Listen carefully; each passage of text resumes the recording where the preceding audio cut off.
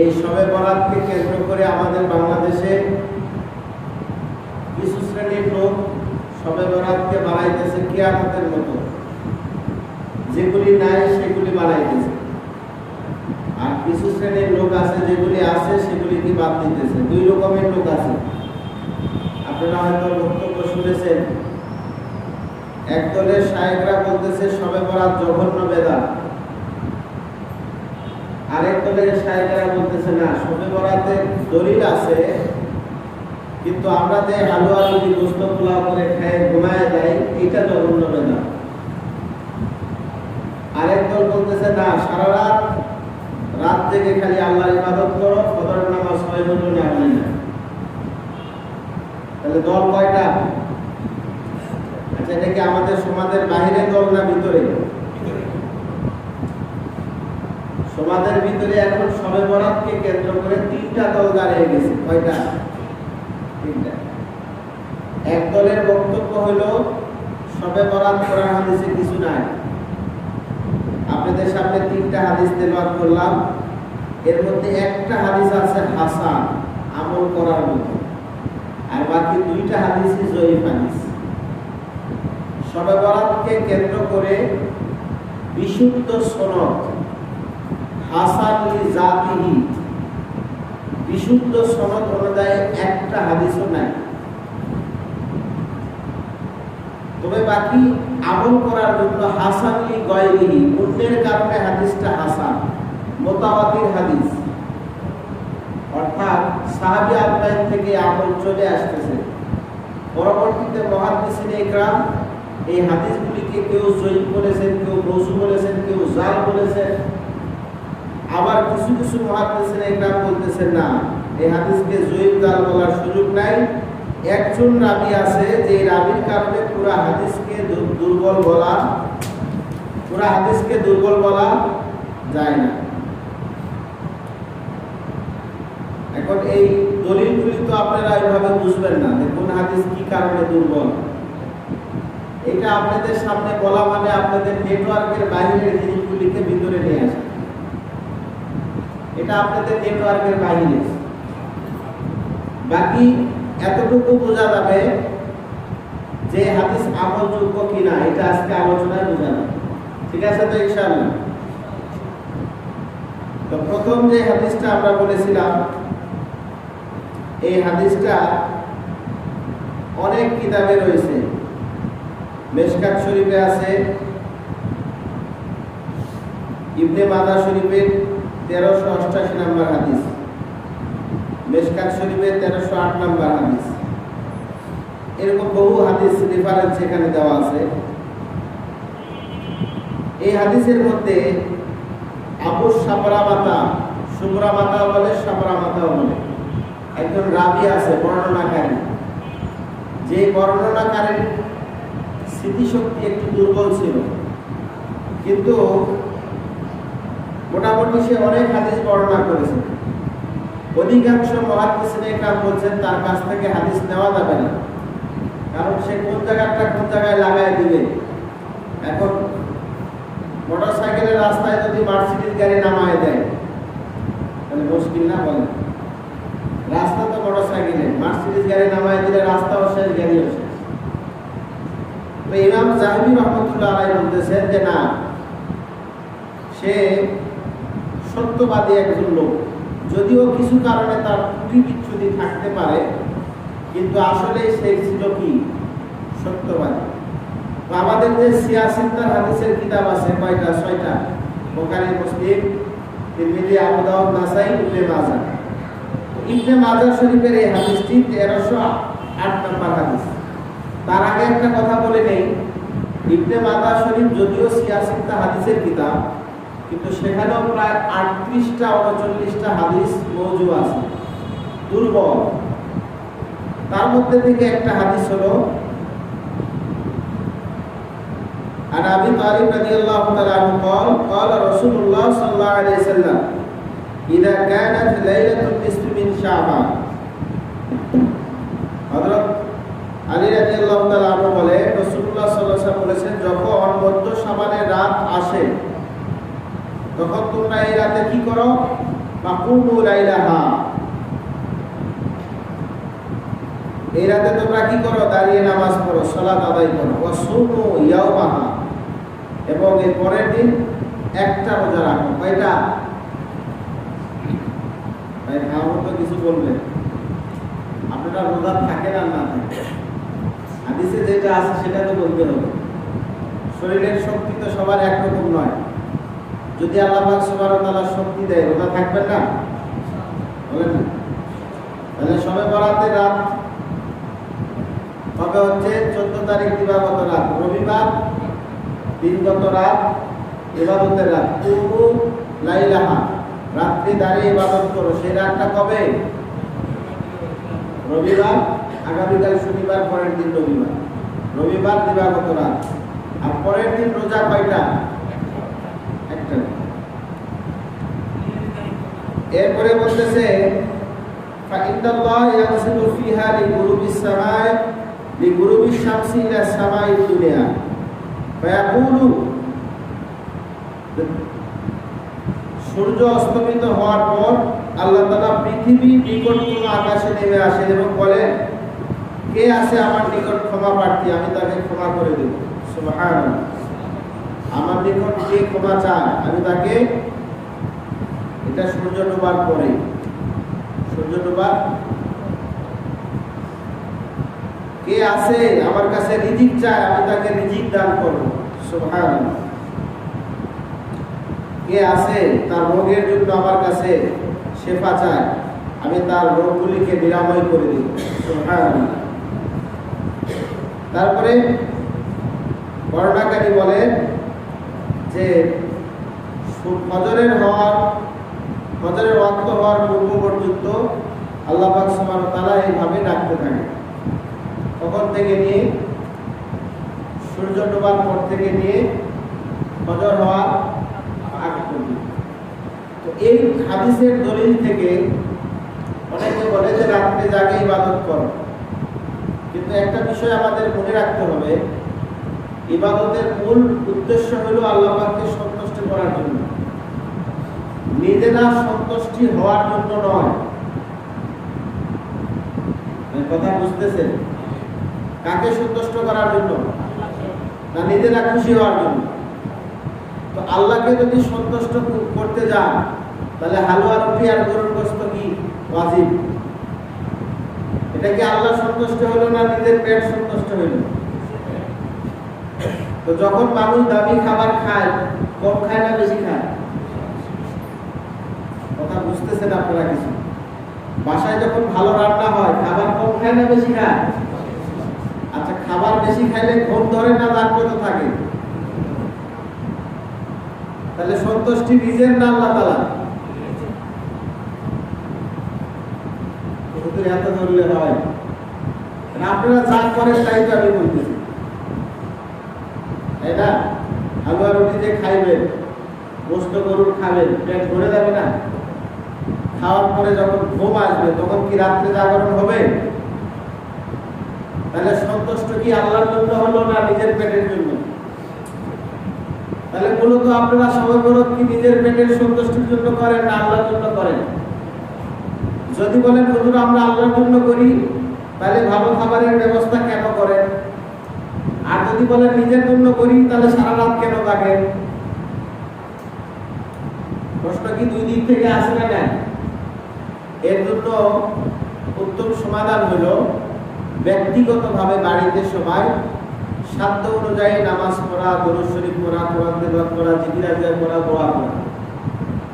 বেশি যদি ঘুম ধরে, হয়তো যাদের অভ্যাস আছে একটু চা পান করার, তারা একটু চা পান করতে পারে, যে খাবারগুলি খাওয়ার পরে মুখেতে লেগে না থাকে। অনেকে গরম দুধ খায়, হুজুর পায়েস তো মুখে লেগে থাকে। পায়েস লেগে থাকে না ঠিক আছে, কিন্তু খাইতে যখন শুরু করেন তখন তো আর লিমিটেড থাকে, আর যখন আনলিমিটেড হয়ে যায় তখন তো ঘুমটা তাড়াতাড়ি চলে আসে। তাহলে এক কথা বোঝা গেল, শবে বরাতের আমল রাত্রেবেলা যদি আমরা করতে চাই, তাহলে কার সন্তুষ্টির জন্য? আল্লাহ পাক সুবহানাহু ওয়া তাআলার সন্তুষ্টির জন্য। আর আল্লাহ পাক সুবহানাহু ওয়া তাআলার সন্তুষ্টির জন্য করতে গেলে কষ্টে করতে হবে না আরামে বিরামে। যত আরামে থাকবেন তত ঘুমটা তাড়াতাড়ি হবে। যতটুকু পারা যায় সাধ্য অনুযায়ী ইবাদত করব। কোথায়? বাসায়। কোথায়? বাসায়। নফল ইবাদত যত গোপনে করা যায় তত এটার ফজিলত বেশি। মসজিদে সবাই আসলাম নফল ইবাদত করার জন্য, আসার পরে সামনে মুরব্বী যারা তারা তো নামাজ পড়তেছে, আর যারা ইয়ং পোলাপান যুবক যারা আছেন পিছনে বল করে আসর বসাই দিচ্ছে। তাহলে মসজিদে আসলাম নফল ইবাদত করার জন্য, আর হয়ে যাইতেছে হারাম ইবাদত। ইবাদত হচ্ছে হারাম। মসজিদে অনার্থক বেহুদা গল্প গুজব করা সম্পূর্ণ নিষেধ না। তাহলে নামাজ পড়তে আসে তার দুটা নেকি কামাই হইতো, তার চেয়ে বেশি গুনাহ কামাই হইতো। এই জন্য খুব সাবধান। এমনি তো হাদিস নিয়ে যত কিলোকাল, অধিকাংশ মুহাদ্দিসিন ইকরামে হাদিসকে জয়ীফ বলেছেন, দুর্বল। হাসান বিন জিয়াদ রাহিমাহুল্লাহ আলাইহি এবং আরো কয়েকজন মুহাদ্দিসিন ইকরাম এবং ইমাম যাহাবী রাহমাতুল্লাহ আলাইহি ওনারা বলছেন না, হাদিসের উপরে আমল করা যায়। সেই ক্ষেত্রে আমল করতে গেলে কোনো বাড়াবাড়ি করা যাবে না। আমল যদি কেউ না করে তার ব্যাপারে টিটকারি ভৎসনা তিরস্কারও করা। এই হাদিস থেকে আমরা এটা বুঝলাম। এখন দেখি পরের হাদিস কি বলে। পরের হাদিসটা হলো তিরমিজি শরীফ থেকে এবং ইবনে মাজাতে আছে 1389 নম্বর হাদিস।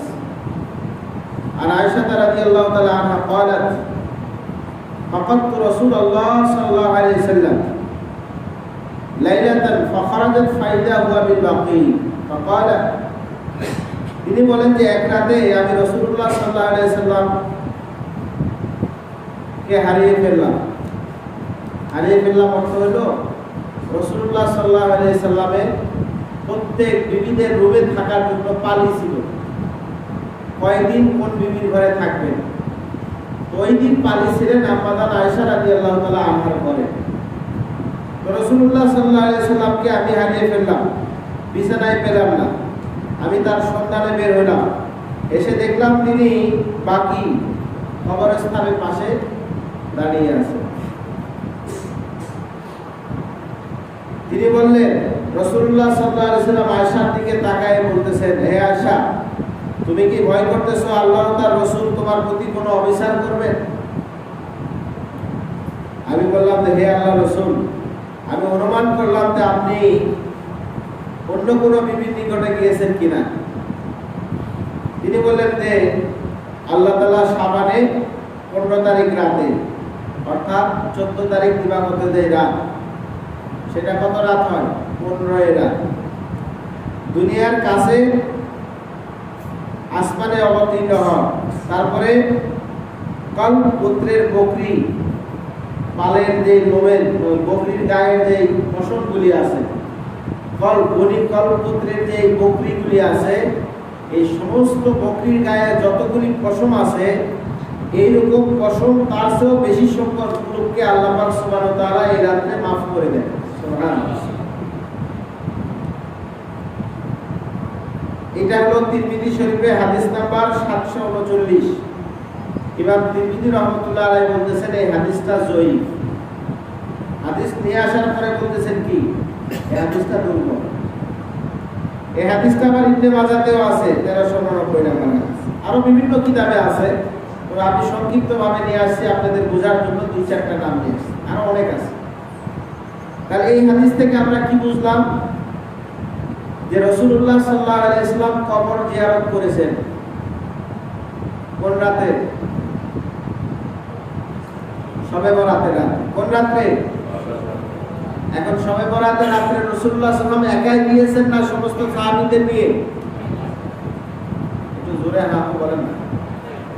একাই না সব সাহাবীদের নিয়ে? একাই। আর আমরা যখন কবর জিয়ারত করতে যাই তখন এত ভুল ধরলে কেমনে চলবো আমরা? ভাই হাদিসে আছে, এটা ভুল ধরার তো কিছু নাই। রাসূলুল্লাহ সাল্লাল্লাহু আলাইহি ওয়াসাল্লাম কবর জিয়ারত করতে গেছেন কয়জন মিলে? একাই। আর আমরা ঈদের দিন সকালবেলা যাই কি জ্ঞাত গোষ্ঠী যা আছে সবাইকে নিয়ে। তো বছরে একদিন আপনি বাবা মার কবরের পাশে দাঁড়াইলেন, দাদা দাদি নানার কবরের পাশে দাঁড়াইলেন, বাকি বছর বাকি দিনগুলির কি হবে? ঈদের দিন সকালে গেলে কবরবাসী সব গুনাহ মাফ, আর আপনার সারা বছরের হক আদায় হয়ে যাবে, এরকম নাকি? এরকম কোন নতুন কোন হাদিস আপনারা পাইছেন? ঈদের দিন সকালবেলা কবরস্থান জিয়ারত করতে গেলে যারা মাইয়েত আছে, সামনে ঈদ আসার আগ পর্যন্ত আর কোনো কবরে আযাব হবে না, এবং যে জিয়ারত করবে তারা এই এক বছরে কবর জিয়ারত করার প্রয়োজন নাই। এরকম কোন হাদিস পাইছেন আপনারা? তাহলে এই আজগবি মার্কা আমলগুলি কোথায় পান? কবর জিয়ারতের হাদিসে আসছে রাসূলুল্লাহ সাল্লাল্লাহু আলাইহি সাল্লাম সোমবার দিন, বৃহস্পতিবার দিন, শুক্রবার দিন কবর জিয়ারত করতেন। দলবদ্ধভাবে নয়, একা ব্যক্তিগতভাবে সেখানে গিয়ে ওই সমস্ত মায়েদের জন্য দোয়া করতেন। কবর রাসূলুল্লাহ সাল্লাল্লাহু আলাইহি সাল্লামের স্পষ্ট হাদিস, তোমরা বেশি বেশি কবর জিয়ারত করো, সেখানে যাও। তারা যে দুনিয়াতে এত দাপটের সাথে, এত অহংকারের সাথে, এত দাম্ভিক্যের সাথে তারা জীবন অতিবাহিত করেছে, আজ তারা কোথায়? মাটিতে। তো তোমরা সেখানে যাও, ইবরত হাসিল করো, শিক্ষা অর্জন করো। তুমি দুনিয়াতে যে তাকাব্বুরি অহংকার করতেছো, যে বাড়ির গাড়ির মায়া যে তোমার দিলের ভিতরে আছে, সেখানে কবরস্থানে যাও, তোমার ওই সমস্ত মায়া মহব্বত দূর হয়ে যাবে দিন দিন। এই জন্য আমাদের বেশি বেশি যাওয়া দরকার।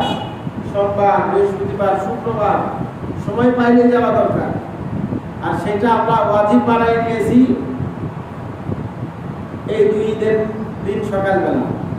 কতদূর এখন তো আরেকটা পাইলাম, সহবারাতের দিন রাত্রিবেলায় যাবো, এটাও তো পাইলাম দলিল। এই দলিল পাওয়া গেল না কেমন? তো সহবারাতের দিন রাত্রিবেলায় যাবেন, আলহামদুলিল্লাহ, দলবদ্ধভাবে না একা একই। কবরস্থানে গেলে কিছুক্ষণ চুপ করে থাকলে অনেক কিছু চিন্তা ভাবনার মধ্যে পরিবর্তন আসে, যে কত শিক্ষা যোগ্যতা সম্পন্ন লোক, কত অর্থবিত্ত লোক সবাই এখানে, কোনো বিছানা নাই, জাদির নাই, কম্বল নাই, শুয়ে আছে।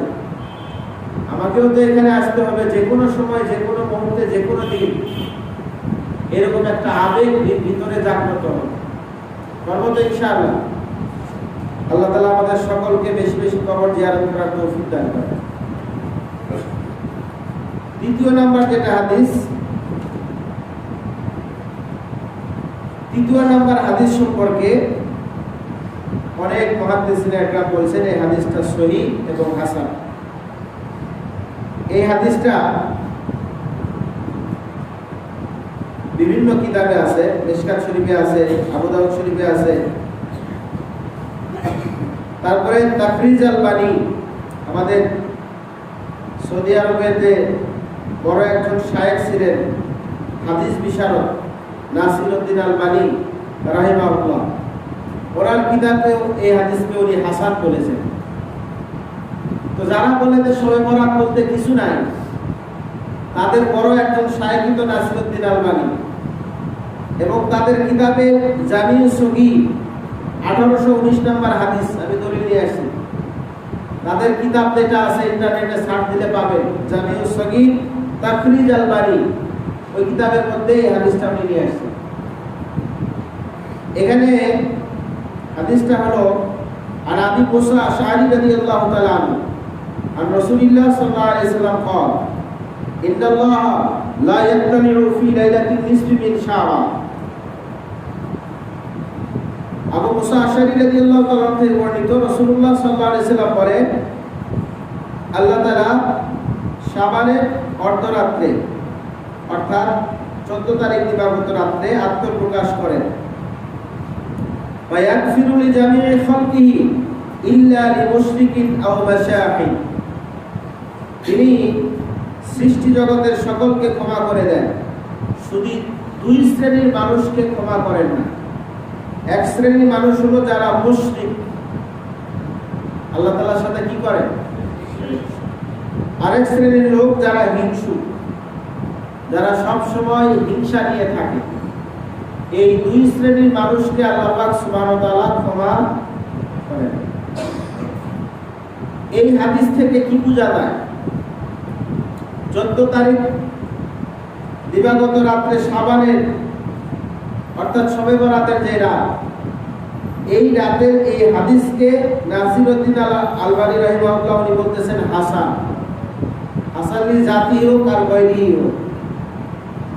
এই রাত্রে যদি সকলকে ক্ষমা করে দেওয়া হয়, একটা সাধারণ একটু আপনাদের বোঝাগাড়া করি, সাধারণভাবে কষ্ট নিয়েন না। মনে করেন আমাদের জয়পুরহাট শহরের প্রাণকেন্দ্রে ওইখানে অ্যালাউন্স ঘোষণা করা হলো, যে ব্যক্তি এই সময় আসবে তাকে 1 লক্ষ টাকা করে নগদ পুরস্কার দেওয়া হবে। জয়পুরহাট জেলার ল্যাংড়া, লুলা, খোরা, কালা থেকে শুরু করে যত শ্রেণীর লোক আছে সবাই যাবে কিনা? এবার কথা বলতেছেন না কেন? যাবে কিনা বলেন? সব লোক সেখানে হাজির হবে। 1 লক্ষ টাকা যাওয়ার কারণে যদি পাওয়া যায় তাহলে এটা ছাড়বে কি? বলে যেই রাত্রিতে আল্লাহ পাক সুবহানাহু ওয়া তাআলা সকলকে ক্ষমা করে দেন, এই দুই শ্রেণীর লোক ব্যতীত মুশরিক এবং হিংসুক, ওই দুই শ্রেণীর লোক কারো কপালে কি লেখা আছে যে এই মুশরিক, এই হিংসুক, এই কাফের, এই মুরতাদ, এই বদ্দিন, এরকম লেখা আছে কারো কপালে? সে যদি ওই রাত্রে তওবা করে, আল্লাহ পাক সুবহানাহু ওয়া তাআলার কাছে কান্নাকাটি করে, দোয়া করে যে আল্লাহ যা হয়েছে হয়েছে, আজকে তওবা করতেছি, আর কোনো গুনাহ সামনে করব না।